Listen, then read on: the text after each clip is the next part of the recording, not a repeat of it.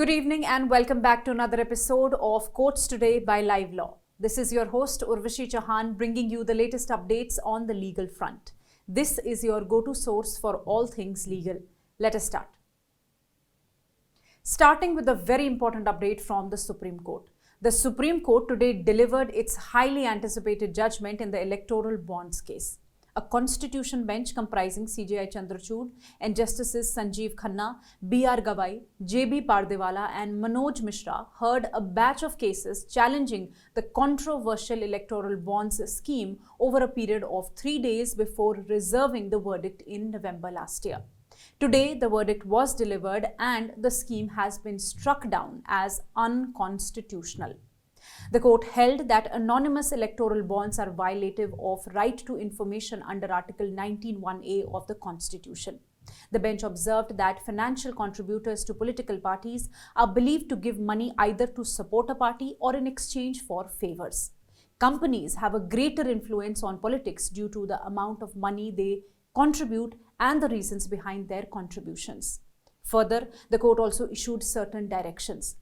The issuing bank has been directed to stop the issuance of electoral bonds. SBI has been asked to provide the Election Commission of India with information about the electoral bonds purchased since April 2019 as per the court's interim order.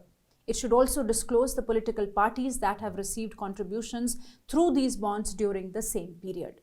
The electoral bonds scheme, launched in 2017, permitted individuals and companies to donate funds to political parties without any donation limits. Under this scheme, contributors purchased bonds from the State Bank of India, which then released the funds to the political party of their choice. However, a key concern with this scheme was that the anonymity of these donations meant that voters and citizens were unaware of the identities of the donors. This lack of transparency raised questions about the potential influence and indebtedness of political parties to undisclosed donors once they come to power. The next update relates to the petitions challenging provisions of the Unlawful Activities Prevention Act. Continuing the hearing in the matter from yesterday, the bench of Justices Bela M. Trivedi and Pankaj Mittal allowed some pleas in the case to be withdrawn. Advocate on record Prashant Bhushan appeared for 2 advocates and a journalist who were booked by Tripura Police under UAPA. The only allegation against the 2 lawyers was that they had given a fact-finding report about the situation in Tripura, while the journalist had been roped in because he tweeted, "Tripura is burning." Yesterday, the council had requested time to seek instructions as to whether they would approach the High Court for the same. And today, he withdrew the petition. Also, earlier the Supreme Court, while issuing notice in this batch of pleas, had passed interim directions for no coercive steps, including arrest, to be taken against some petitioners. Today, Bhushan requested for extension of these interim orders while they approached the concerned High Court. But the request was denied. Let me tell you, some of the petitioners in this case include JNU scholar Umar Khalid, Foundation for Media Professionals and former IAS officer Harsh Mandir, etc. In an important update, the Allahabad High Court has today reserved its judgment in the Gyanvapi Vyasji Tehkhana matter. As you are aware, the Mosque Committee had challenged the Varanasi Court's January 31st order allowing puja in the Vyas Tehkhana, that is the southern cellar of the mosque. Senior advocate C.S. Vidyanathan today appeared for Temple Board of Trustees and argued that Hindu deities were being worshipped by them till 1993 in the Tehkhana. And the order of the Varanasi court appointing a receiver did not affect the rights of the Muslim appellants as they never performed namaz in the Tehkhana. Senior counsel S.F.A. Naqvi appeared for the Mosque Committee and contended that appointment of DM as receiver was creating a clash of interests because the DM was a part of the Board of Trustees of the Temple Trust. Further, he referred to the deed executed between the Vyas family and the Kashi Vishwanath Board of Trustees, where they had transferred their rights to the board. He said once they had themselves transferred the right, they could now not file the suit seeking worshipping rights after 32 years without taking any recourse of limitation or law. After hearing both the parties, a bench of Justice Rohit Ranjan Agarwal has reserved the judgment. And now let me tell you, by way of a public interest litigation, BJP leader Dr. Subramanian Swamy has moved the Delhi High Court against an alleged scam of 5,100 crores involving Axis Bank making undue gains from transactions in shares of Max Life Insurance. Swamy alleges that Max Life Insurance Company Limited and Max Financial Services Limited allowed Axis Bank and its group companies to make undue profits from the sale purchase of equity shares in a non-transparent manner, violating directions issued by Insurance Regulatory and Development Authority of India, that is IRDAI. It's claimed that Axis Bank gained substantially by selling shares to Max Life at inflated prices, contrary to the IRDAI directions. IRDAI had penalized Max Life with a 3 crore rupees fine for non-compliance and misrepresentation in obtaining approval for share transfers, resulting in undue monetary benefits to Axis Bank. Swamy argues that this penalty is insignificant compared to the total undue gains, thus necessitating court intervention. He has prayed the court to appoint an expert committee to investigate the transactions and issue guidelines.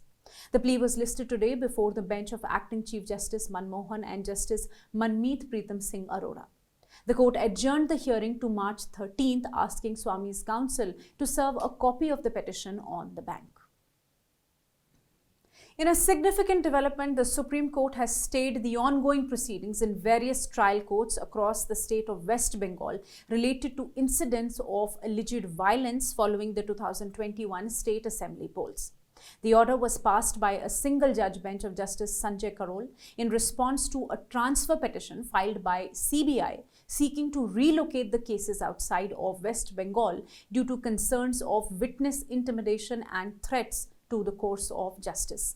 The central agency in its petition has alleged witness and counsel intimidation, highlighting their detrimental impact on the judicial process.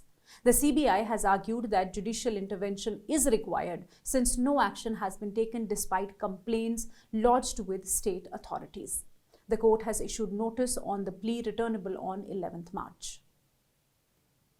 Several Supreme Court Bar Association members have sought removal of the Supreme Court Bar Association president over his letter to CJI for suo motu action against erring farmers in the wake of the farmers' protest.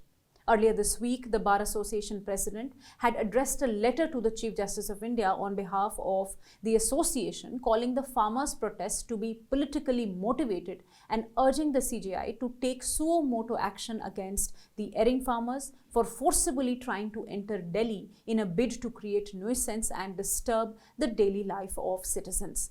Soon after this, majority of executive committee members of SCBA had disassociated themselves from the SCBA president's letter. 13 out of 21 members of the executive committee of SCBA in a resolution clarified that the SCBA president wrote the letter unilaterally without any consultation with the members of the executive committee. Now, nearly 150 Supreme Court lawyers have signed a resolution which calls for a general body meeting of the SCBA to discuss the removal of the president for writing the letter to the CJI without having any authority and capacity in the matter and on the letterhead of the Supreme Court Bar Association.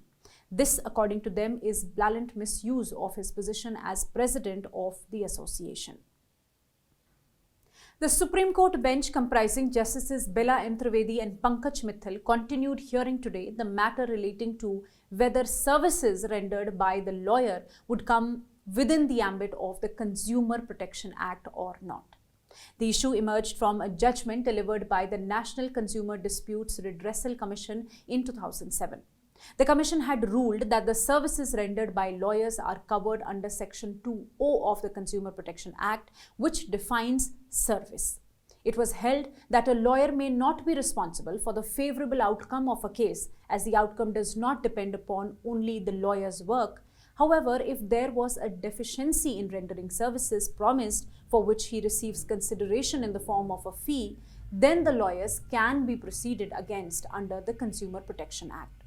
It is against this order that the appeal was filed before the Supreme Court.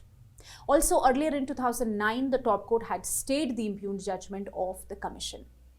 Senior advocate Narendra Hooda today argued on behalf of the appellant and said that independence of a lawyer is as important as of a judge while moving the wheels of chariot of justice. Distinguishing legal profession from doctors, Hooda said that in case of doctors, the relationship is direct between the doctors and the patient. Further, doctors and their clinics can advertise without any bar, unlike advocates who are prohibited from soliciting their work. He also said and appraised the court of the alternative remedies available in this regard under the Advocates Act 1961, where complaints against an advocate are entertained by the State Bar Council and the Bar Council of India. The matter is now posted coming Wednesday for further hearing. In this regard, another update is that Supreme Court Advocates on Record Association via a resolution today declared that it shall file an intervention application in this matter and further assist the court in development of law in this regard, keeping in mind the interest of advocates and members of the association. And lastly, Bihar Federation of Women Lawyers has made a representation to the Bar Council of India emphasizing the urgent necessity for specialized legal representation in cases concerning crimes against women and children. According to recent statistics from the National Judicial Data Grid, there are more than 284,000 pending cases involving crimes against women, highlighting the crucial need for focused attention and intervention. In response to these alarming figures, the Federation has put forth a pioneering initiative proposing that public prosecutors handling trials, bail matters and appeals in case of crimes against women and children be women advocates. The representation underscores that this initiative aims not only to ensure the sensitive handling of such cases, but also to empower women in the legal profession by entrusting them with significant responsibilities. Thank you for watching. If you wish to know more details about the cases I mentioned here, you can visit our website at www.livelaw.in. Stay ahead with quick legal updates only on Live Law. Do not forget to like, share and subscribe and support us. You can also support us by donating through the thanks button at the bottom of our videos or consider becoming a member at just 89 rupees per month.